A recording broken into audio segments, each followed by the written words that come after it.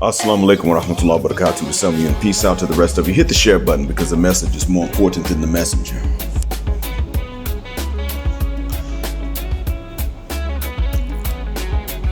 A long time ago, I told the audience what the solution is, and several in my audience said that yes, it is the solution, and many others said, oh hell no, I ain't following no pale Arab slave masters. But here's the thing about it.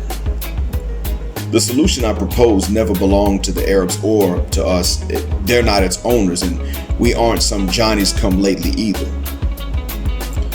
The earliest Muslims were seen as being traitors to what it meant to be an Arab anyway, and the only rulers to ever accept Islam from the top down were in fact Africans and Southeast Asians, and I'm not sure about rulers of Eastern Europe that accepted or not. I don't know how it reached them. They would have to tell me the history of Islam in their lands, as Eastern Europe is no more uniform and monolithic than any part of Africa or Asia or the Americas. So to my knowledge, only in the tropical areas of Africa and Southeast Asia did any rulers accept Islam, and that allowed their people to follow them without persecution. Now in Abyssinia, which we now call Ethiopia, the Negus Arma, who was referred to in Arabic by the Arabic translation, which is Najashi, accepted Islam. But he couldn't get anyone to follow him because the Abyssinian Orthodox bishops didn't recognize that Islam was a continuation of the revelation to which they had already subscribed. Now that's another story. But I mention this for a reason, black man. I'm going somewhere with this. Fewer and fewer black men have begun to say that they simply can't exercise the self-discipline that it takes. You, black man, have made me exceedingly proud to be a black man, however black I may qualify to be called. I was initially happy and honored and appreciative to Allah for making me from black ancestors, because we get everyone else's good deeds when they badmouth us or treat us differently. But the self-discipline you have begun to show in recent years, and even shown for years before that we have, but we didn't know until statistics came out, has been amazing self-control. And it has been exactly what we've said that nature wouldn't allow anyway.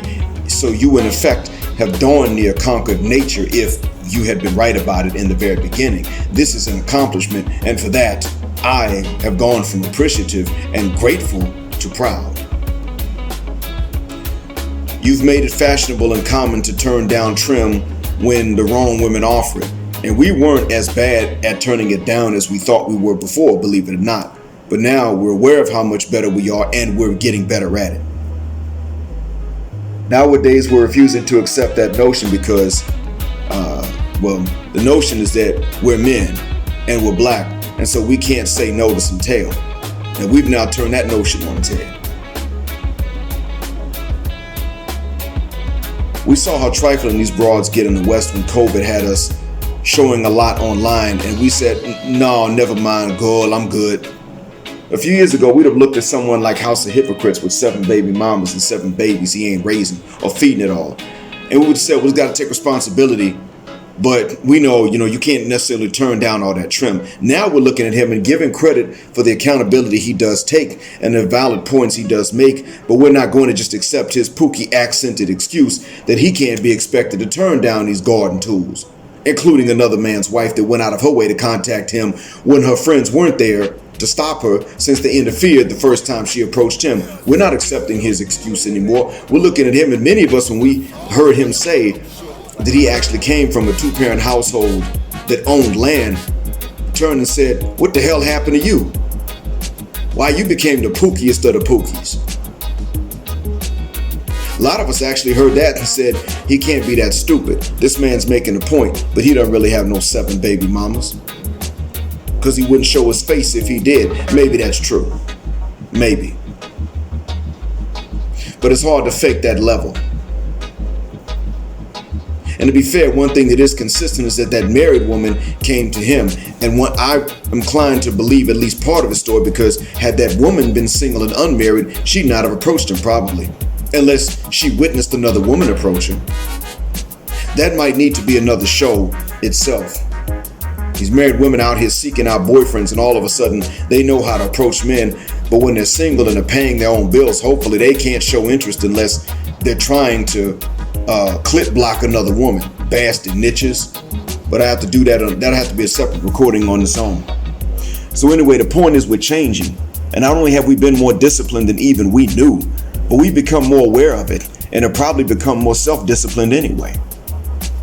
The things we thought we can't decline are what we're declining today. Fornication, liquor, and clubbing don't have the same appeal to many of us after having gone through that isolation of COVID quarantines and experiencing that alone time with our Creator, whom we knew to be able to hear and see us. Now here's the thing. We're now fighting back collectively against the false gods of our own phenotype and DNA that told us that we were supposed to be our enemy's worst stereotypes of us, and that if we wouldn't be that, then we didn't deserve to reproduce at all and ever become biological fathers to our own offspring. We're fighting back collectively and questioning the divinity of that dysfunctional culture that these false gods have upheld in front of us as a fact of life and even a religion we must follow. We're rightfully and collectively demanding a cultural overhaul in doing this. And I have enough experience to know that across races and regions, human cultures are inferior to the solution I propose to you. And that's why that solution is exactly what I propose to you self-underestimating lions who keep thinking you're just muscular male hyenas and not the main lions you are, Mufasa. The framework to have your own culture, to set up your own culture, but to still know what you must throw out, what you must exclude, what you must never start out the gate, and what you must have in it is there, without dictating to you the exact combinations of what is allowed that you will implement. So that you can come up with your own culture, you need a framework as to know what not to include and what you must include and what you can if you want, and that is included in all that framework is there in what I first proposed to you. Now, when I first proposed it to you, I didn't know the shift would come or that it would accelerate to its current level after COVID isolation and George Floyd and the objective questioning that we began to take up of the BLM organization separate from the movement. Truth is, black men, you've been very good about avoiding a lot of extremes politically, morally, and culturally, and I've watched evidence of you getting better from an ocean and a continent away. I didn't offer you any new solutions anyway. I merely proposed to you what the only deity already offered, and I didn't propose it to you so that you could start trying to qualify yourselves to some identity crisis having semi-Negroes who don't know or won't admit their proximity to us or their descent from us. I didn't propose this to you for that purpose so that you could forget what it means to be us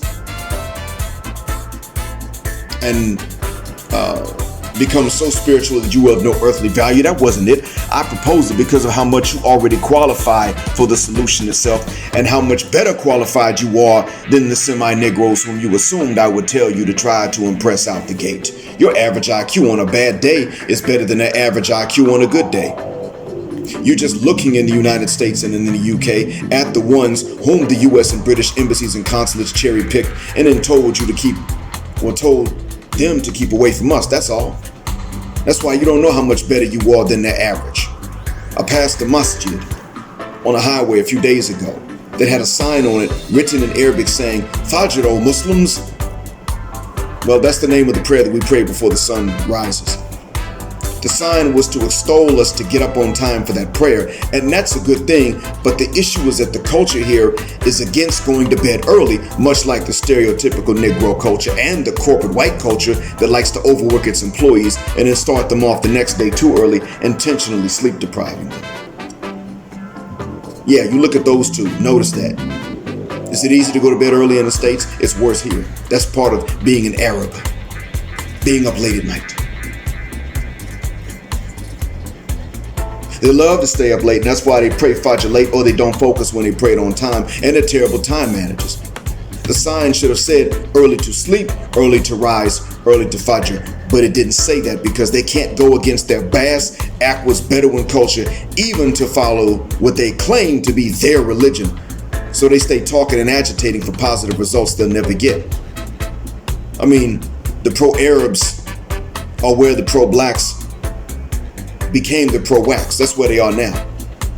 If we would just get up for Fajr and be better Muslims, we'd be ahead of everybody else. Yeah, well, your ancestors were never ahead of everybody else because they were Arab. They never got ahead of everybody else without the help of others. And they helped others. And you decided to slack off, and now you can't go to bed early, so you can't get up early, so you're always late for everything, including the Fajr prayer, including my class. And then you're begging me to mark your present when you show up entirely too late. You're already beyond that.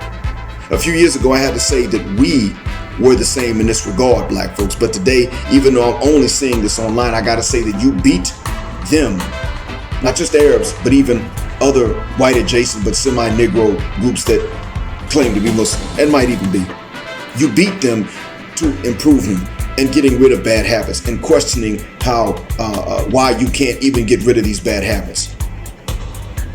You beat them to this. If Austin had to film something early in the morning, best believe if he knows about it ahead of time, he's going to go to sleep early and not miss it. If he or another one of us BMPTs has to fly out early, best believe we'll sleep early enough to be awake and alert and make the flight or the train ride. We have refused accountability for what's within our grasp and in our control. Others are still doing exactly that, refusing accountability. And look, the last thing is that we can say we don't need any solutions that are divine in nature because they're otherworldly and we're dealing with the right here and now. But keep this in mind too. Our dads have sacrificed a lot more than we knew of for decades after listening to big mamas and mamas lie about that.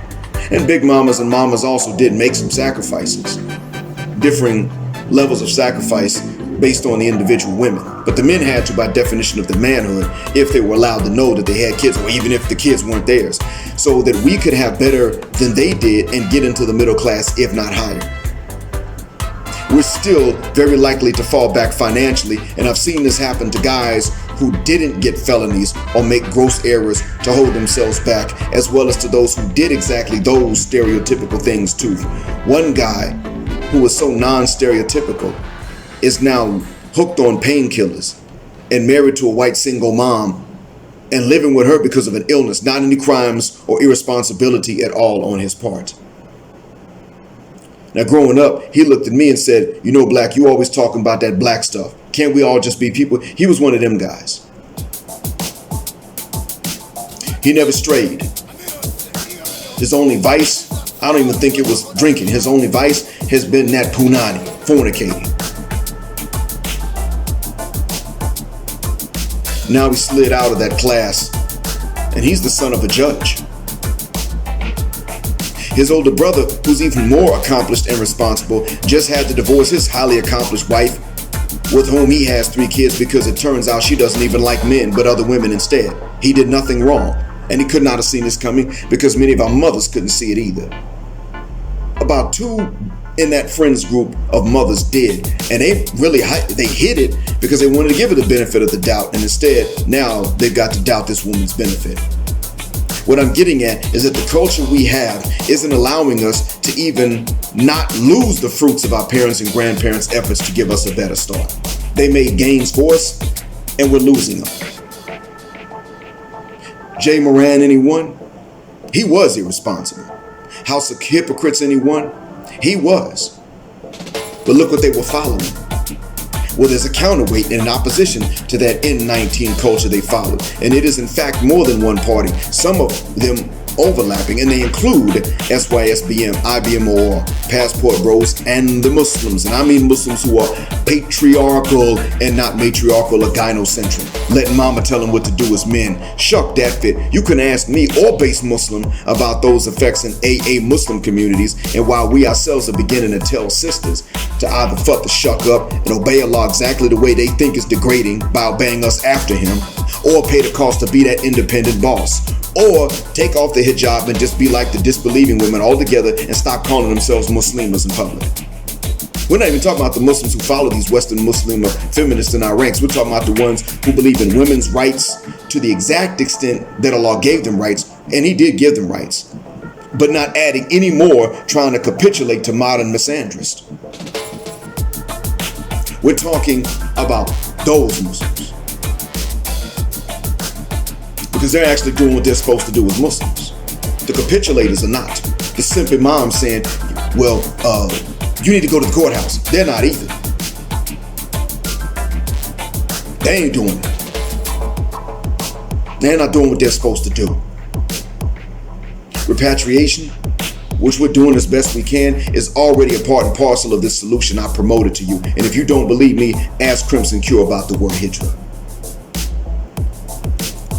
I think I've gone on long enough. I just wanted to tell you that you are more than capable and you already have what it takes, not only to excel, but to manifest the invalidation of the semi-Negroes who want to be white adjacent. They're already invalid attempts to invalidate our race anyway without even trying. You can just coolly and calmly invalidate all of that when you don't even want to, when you ain't even thinking about it, because you're that super. It's time to just apply it in the right direction. Give him hell, 54th. Thank you for listening. As always, black heart, black mind, black out, assalamu alaikum, and black heterosexual, non-select male power just because they don't like it, and black patriarchy until extinction of Judgment Day. Thank you for flying with me again on Jet Black Airways, where jet black is also a verb. Keep jetting black with me till the wings and the wheels fall off. Justice forever.